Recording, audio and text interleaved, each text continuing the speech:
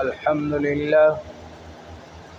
لله نحمده ونستعينه ونستغفره ونؤمن به ونتوكل عليه ونعوذ بالله من شرور أنفسنا ومن سيئات أعمالنا من يهده الله فلا مضل له ومن يضلله فلا هادي له ونشهد أن لا إله إلا الله وحده لا شريك له ولا وزير له ولا مشير له ولا معين له ونشهد أن لا إله إلا الله ونشهد أن سيدنا وسندنا ومولانا محمدا عبده ورسوله أما بعد أعوذ بالله من الشيطان الرجيم بسم الله الرحمن الرحيم ولنبلونكم بشيء من الخوف والجوع ونقص من الأموال والأنفس والثمرات وبشر الصابرين الذين إذا أصابتهم مصيبة قالوا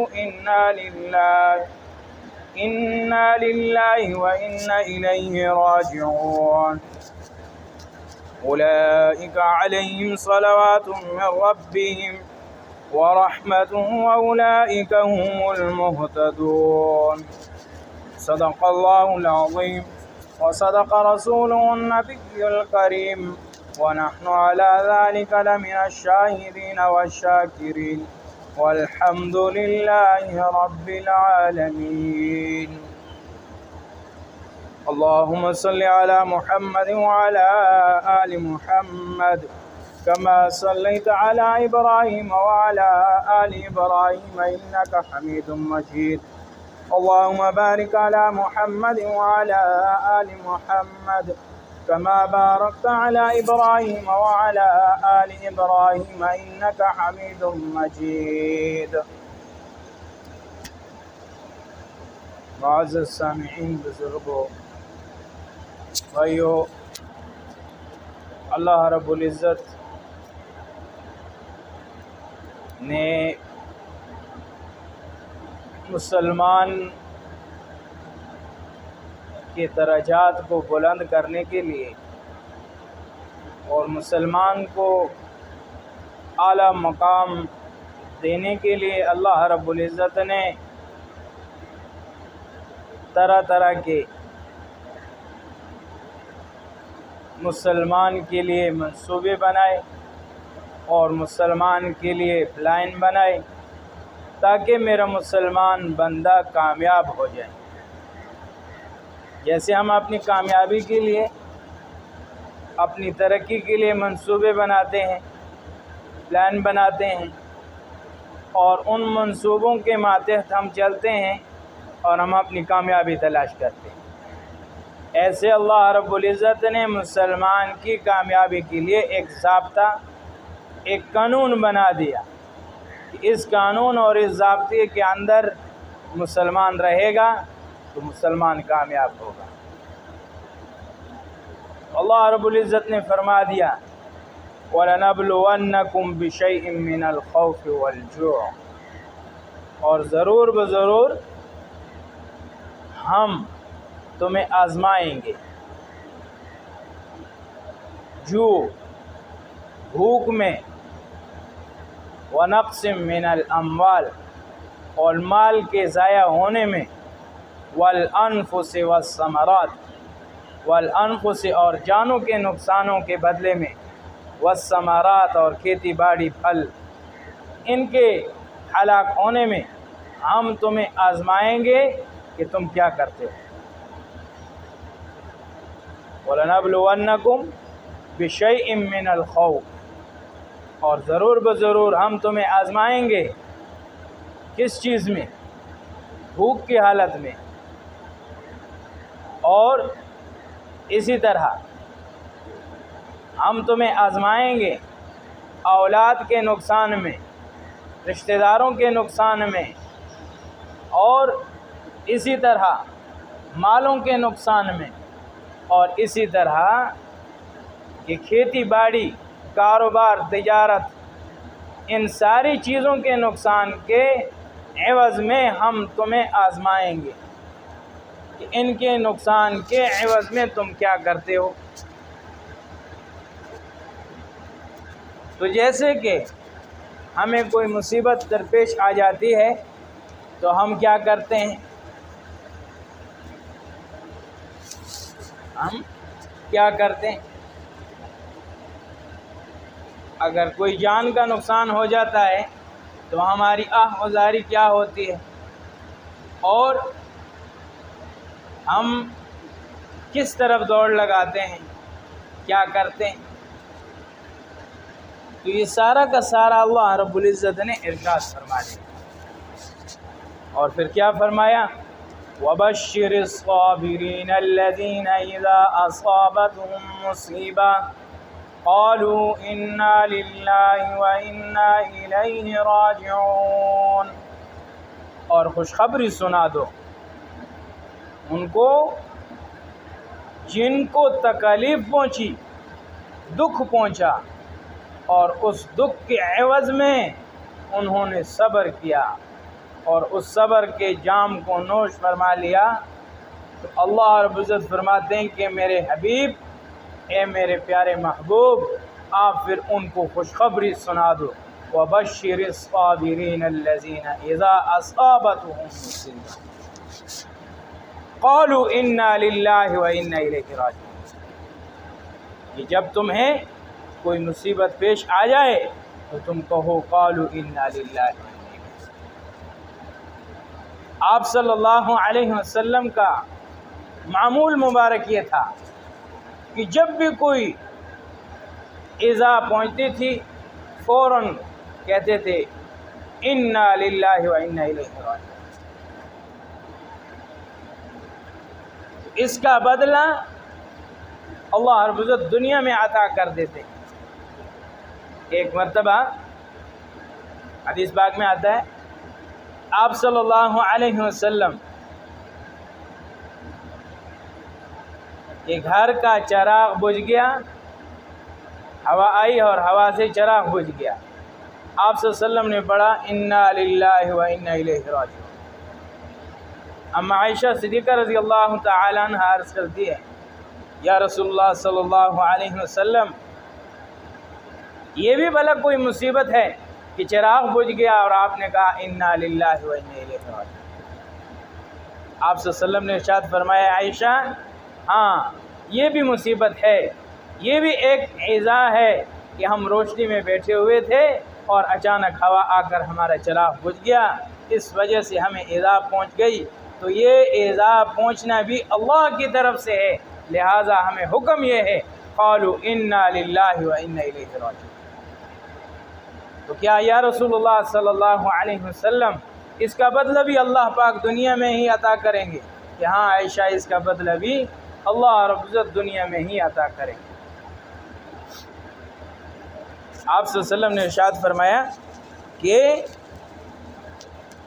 جب تمہیں کوئی ایذا، کوئی تکلیف پہنچے تو فوراً کیا پڑھو اِنَّا لِلَّهِ وَإِنَّا إِلَيْهِ رَاجِعُونَ۔ اس سے تمہارا کفارہ ہو جاتا ہے اور اس سے بدلہ ہو جاتا ہے۔ اللہ رب العزت اس نقص کا بدل اللہ پاک دنیا میں ہی عطا کر دیتے اور آخرت میں اللہ رب العزت درجات بلند کر دیتے۔ یہ نہیں کہ صرف دنیا میں اس کا بدلہ مل گیا بس ختم ہو،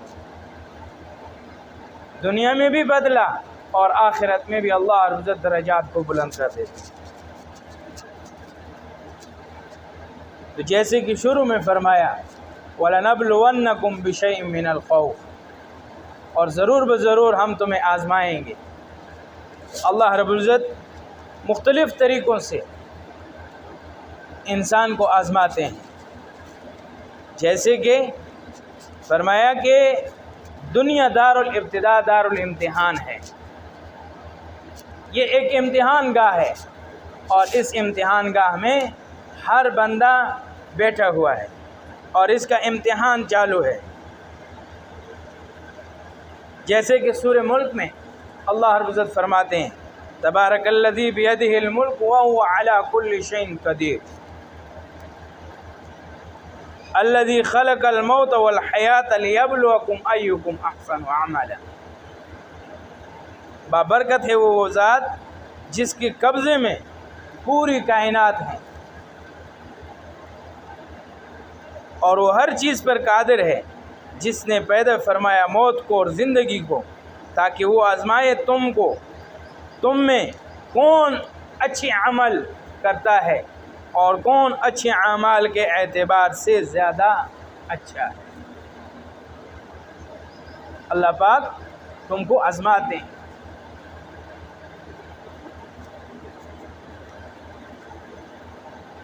لیبلوکم ایکم احسن عملا، تاکہ اللہ رب العزت تمہیں آزمائے، تمہیں دیکھیں کہ تم میں سے احسن عمل، اچھے عمل، نیک عمل کتنے کرتے ہیں۔ اب نیک اعمال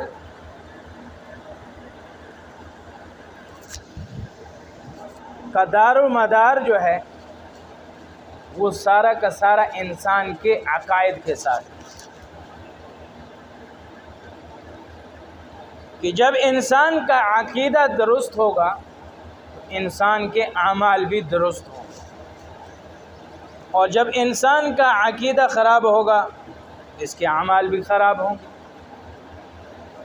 ظاہری ایک مثال ہے، ایک پنکھا ہے اور وہ پنکھا درست ہے، صحیح ہے، تو اس کا مطلب یہ ہے کہ یہ ہوا بھی صحیح دے گا، اس سے فائدہ حاصل ہوگا۔ اور ایک پنکھا ہے نقش و نگار اس کا بڑا خوبصورت ہے، بڑا ہی پیاری ڈیکوریشن میں بنا ہوا ہے، لیکن اس کے اندر بگاڑ ہے، اس کی مشینری میں بگاڑ ہے، اس کا کیپیسٹر ختم ہے، تو آیا آپ مجھے بتلائیں کہ یہ پنکھا فائدے والا ہے یا نقصان والا؟ یہ پنکھا کبھی فائدہ دے سکتا ہے یا نہیں دے سکتا؟ کبھی بھی نہیں دے سکتا، چاہے کتنے قیمتی کیوں نہ ہو۔ ایسی ہی مثال سمجھ لو کہ دنیا میں چاہے جتنے بھی تکڑا، طاقتور، دانشور، عقل مند، ہوشیار، مال و اسباب کے لحاظ سے کتنا بھی کیوں اونچا نہ ہو، لیکن دین کے اعتبار سے خالی ہو، ایمان کے اعتبار سے خالی ہو، تو ایسے ہی کھوکھلا ہے جیسے کہ یہ پنکھا۔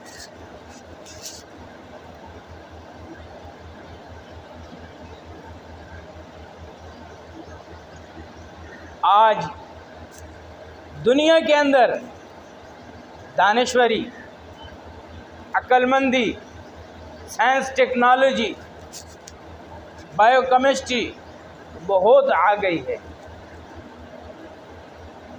اور بڑے بڑے دانشور بیٹھے ہوئے ہیں، بڑے بڑے سمجھ بوجھ والے، بڑے بڑے عہدے، ڈگریوں والے اور مال و دولت کے ڈھیروں والے، لیکن وہ بیچارے عقل کے اندھے،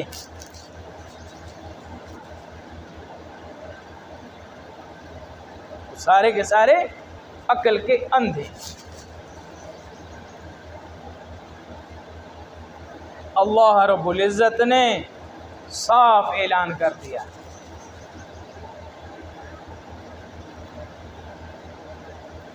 وَلَنَبْلُوَنَّكُمْ بِشَيْءٍ مِّنَ الْخَوْفِ وَالْجُوعِ وَنَقْصٍ مِّنَ الْأَمْوَالِ وَالْأَنفُسِ وَالثَّمَرَاتِ،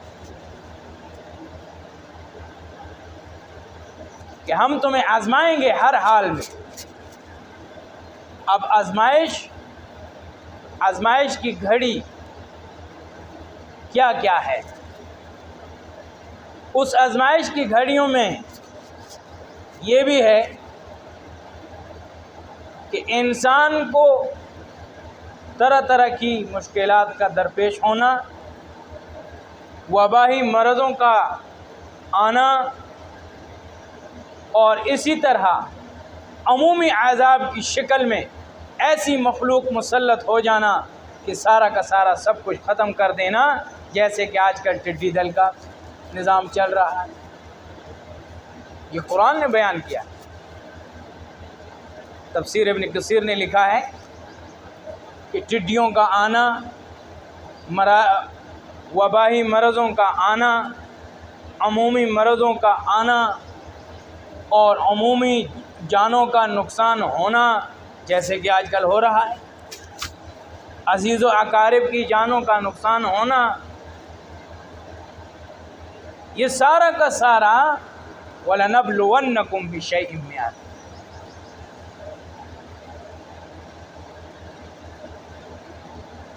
اب ہر انسان اسی دوڑ میں لگا ہوا ہے، اسی دوڑ میں کامیاب ہوں، لیکن رب نے فرما دیا کہ کامیابی تمہاری جہاں تم تلاش کر رہے ہو وہاں نہیں ہے، جہاں تم تلاش کر رہے ہو وہاں نہیں ہے۔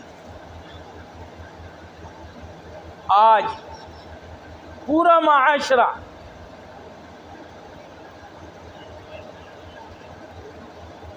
دنیا کی طرف، ہر طرف دوڑ لگی ہوئی، دنیا کی دوڑ، لیکن کسی ایک بچے کا ذہن بھی آخرت کی طرف نہیں جاتا۔ یہ جمعے کا مبارک دن اللہ رب العزت نے اس کی قسم کھائی، وَشَاهِدٍ وَمَشْهُودٍ، قسم ہے مجھے اس گواہی دینے والے دن کی۔ اور یہ مبارک دن، یہ جمعے کا دن، یہ ہر کسی کے اوپر آتا ہے، اور اس مبارک دن میں قیامت کا برپا ہونا ہے۔ جمعے والے دن قیامت برپا ہوگی۔ آج قیامت کا تذکرہ ہی نہیں، قیامت کا تذکرہ میں کیوں کروں؟ قیامت کا تذکرہ کروں گا تو پھر تو جن گناہوں کے اندر میں مبتلا ہوں، جن گناہوں کے اندر میں پھنسا ہوا ہوں، پھر تو وہ گناہ کرنے کی لذت میرے اندر نہیں رہے۔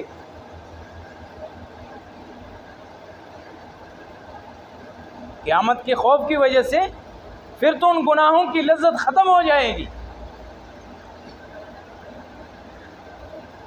آج ہر انسان اپنے ہی سر میں مگن ہے اور اپنے ہی نشے میں ایک دھت۔ اللہ رب العزت فرماتے ہیں وَلَنَبْلُوَنَّكُمْ بِشَيْءٍ مِّنَ الْخَوْفِ، ہم تمہیں ضرور بضرور آزمائیں گے، تمہارا امتحان لیں گے، امتحان تمہارا دنیا کے اندر ہم لیں گے، حال میں لیں گے کہ تمہارے اوپر جو حال آ رہا ہے، اس حال میں تم کہاں جاتے ہو اور کس طرف تمہاری دوڑ جاتی ہے اور تم کیا کرتے ہو۔ آج ہماری مسجد خالی،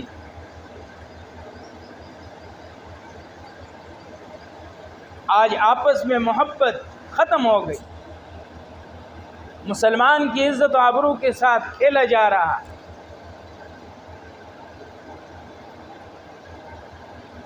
پاک مقدس جگہوں کی بے حرمتی، روز نئے نئے افسانے اور نئے نئے ایک ڈرامے بنائے ہوئے۔ وجہ کیا ہے؟ وجہ یہ ہے کہ مسلمان کا اندر کھوکھلا ہو گیا، مسلمان اندر سے کھوکھلا ہو گیا۔ صحابہ کرام ہماری طرح ایسی لمبی چوڑی تقریریں نہیں کیا کرتے تھے، اور وہ ایسے لمبے وعظ اور نصیحتیں نہیں کرتے تھے، وہ صرف 2 الفاظ بولتے تھے، قولوا مثلنا، ہماری طرح بن جا۔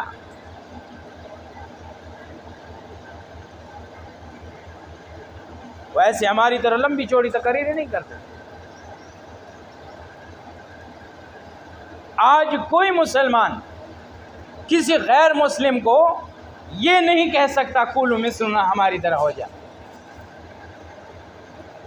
کوئی مسئلہ نہیں۔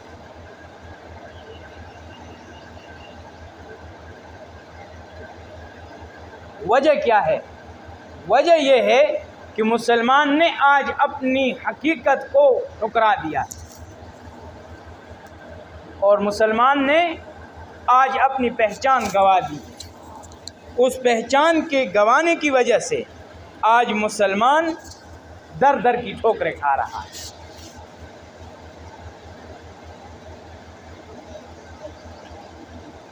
تو محترم بھائیو دوستو، اللہ رب العزت نے یہ دنیا کی زندگی ہمیں بطور امانت دی ہے۔ جیسے کہ کسی شخص کے پاس ہم اپنی امانت رکھتے ہیں اور وہ امانت ہماری جب ضائع کر دیتے ہیں تو ہم سب اس کو کیا کہتے ہیں؟ یہ بڑا خائن آدمی ہے، یہ بڑا خیانت دار ہے، اس نے ہماری امانت کی خیانت کی۔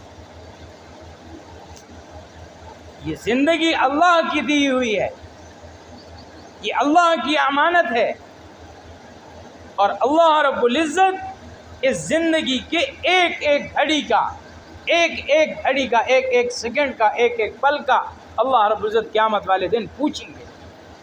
آپ صلی اللہ علیہ وسلم کا مبارک ارشاد ہے، فرمایا کہ قیامت والے دن انسان کے قدم اس وقت تک اپنی جگہ سے نہیں ہٹ سکتے جب تک کہ 4 سوالوں کا جواب نہ کر دیا جائے۔ نمبر 1 کہ آپ کو ہم نے عمر دی تھی، آپ نے عمر کہاں سے؟ پوری کی پوری عمر۔ نمبر 2 ہم نے آپ کو جوانی دی تھی، اس جوانی کو آپ نے کہاں صرف کیا؟ یہاں علماء کرام نقطہ لیتے ہیں کہ عمر کو اللہ پاک نے، اللہ کے رسول نے ذکر فرما دیا کہ اللہ پاک عمر کے بارے میں پوچھیں گے کہ عمر آپ نے کہاں گزاری، بس ختم بات۔ عمر سے تو بچپن سے لے کر جوانی، بڑھاپے تک، موت تک، ساری کی ساری زندگی اس میں داخل ہو گئی۔ پھر یہ جوانی کا تذکرہ اللہ رب العزت نے دوبارہ کیوں کر دیا؟ تو فرمایا کہ جوانی کا تذکرہ اس وجہ سے کیا گیا کہ جوانی کی قوت اور بڑھاپے کا دور، یہ اس میں بہت فرق ہے۔ آج ناراض نہ ہونا، میرا نوجوان بھائی آج اس کی دوڑ کون سی طرف ہے؟ آج اس کا کلچر کون سی طرف ہے؟ آج میرے نوجوان بھائی کا لیکچر کون سی طرف ہے؟ آج میرے نوجوان بھائی کی سوچ کہاں ہے؟ اور آج میرا نوجوان بھائی کس منصوبے کو سامنے لے کر اپنی زندگی گزار رہا ہے؟ اس طرح بڑوں کی ذمہ داری کہ بڑے آج اپنے گریبان میں دیکھیں کہ میری ذمہ داری کیا تھی اور میں کیسی زندگی گزار رہا ہوں۔ جیسے کہ اللہ کے پیارے رسول نے فرمایا کہ تم میں سے کلکم راعٍ،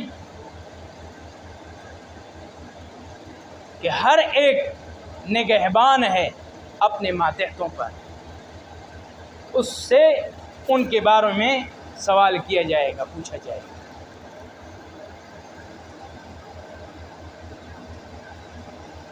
تو آج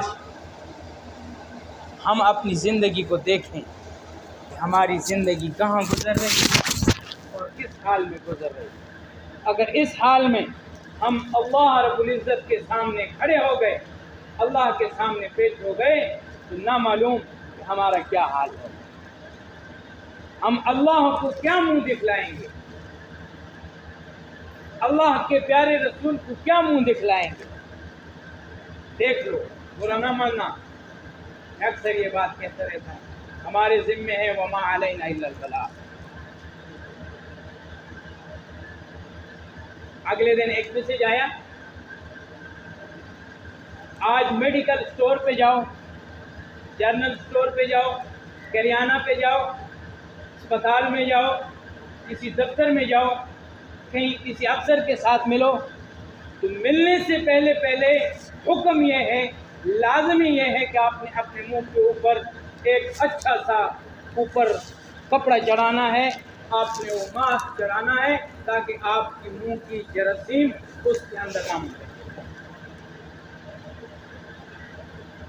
اور آپ اپنا چہرہ اس سے ڈھانپیں گے۔ تو تم مجھے بتلاؤ کہ آج گورنمنٹ کا یہ قانون کتنی پابندی کے ساتھ ہم اس کا سپورٹ کریں۔ کل قیامت والے دن اللہ کا پیارا حبیب، اللہ کا پیارا لاڈلا رسول جب وہ میدان محشر میں کھڑا ہوگا اور اس کے سامنے ہم کھڑے ہوں گے اور وہ کہے گا کہ میری امت یہاں میرے سامنے آ جائے، تو وہاں آپ صلی اللہ علیہ وسلم کو کس منہ سے کہیں گے کہ میں بھی آپ کروں؟ ہر ساتھی اپنے گہمان سے دیکھیں۔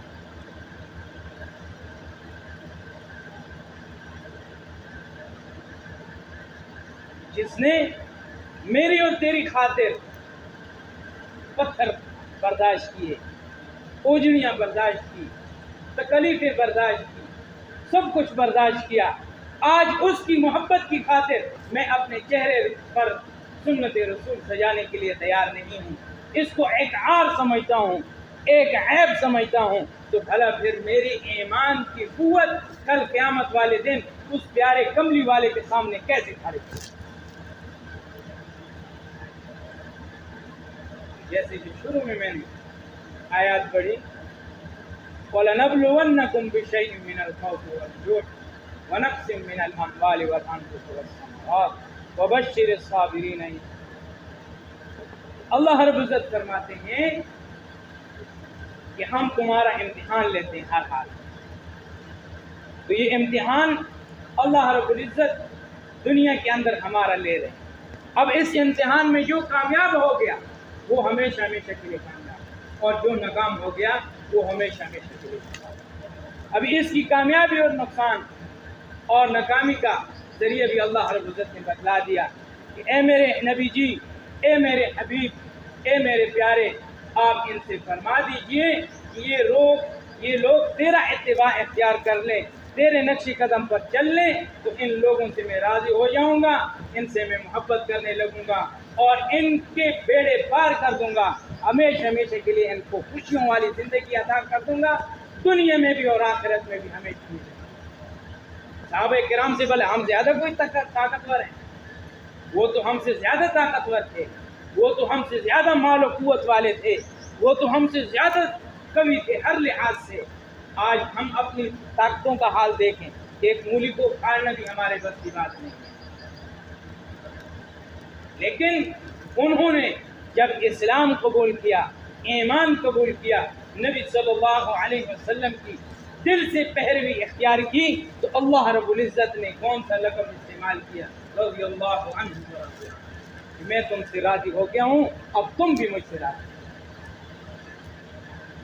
تو جو بھی بندہ اللہ کے پیارے رسول صلی اللہ علیہ وسلم کا لایا ہوا دین اپنائے گا، اللہ رب العزت کے بھیجے ہوئے دین کے اوپر اپنی زندگی کو لائے گا، اللہ رب العزت اس کی دنیا بھی بنائے گا اور آخرت بھی بنائے گا۔ اللہ رب العزت مجھے بھی آپ سب بھائیوں کو ان سب باتوں پر عمل کرنے کی توفیق نصیب فرمائے، اور آپ صلی اللہ علیہ وسلم کے مبارک سنت طریقوں پر عمل کرنے کی توفیق نصیب فرمائے۔ وما علینا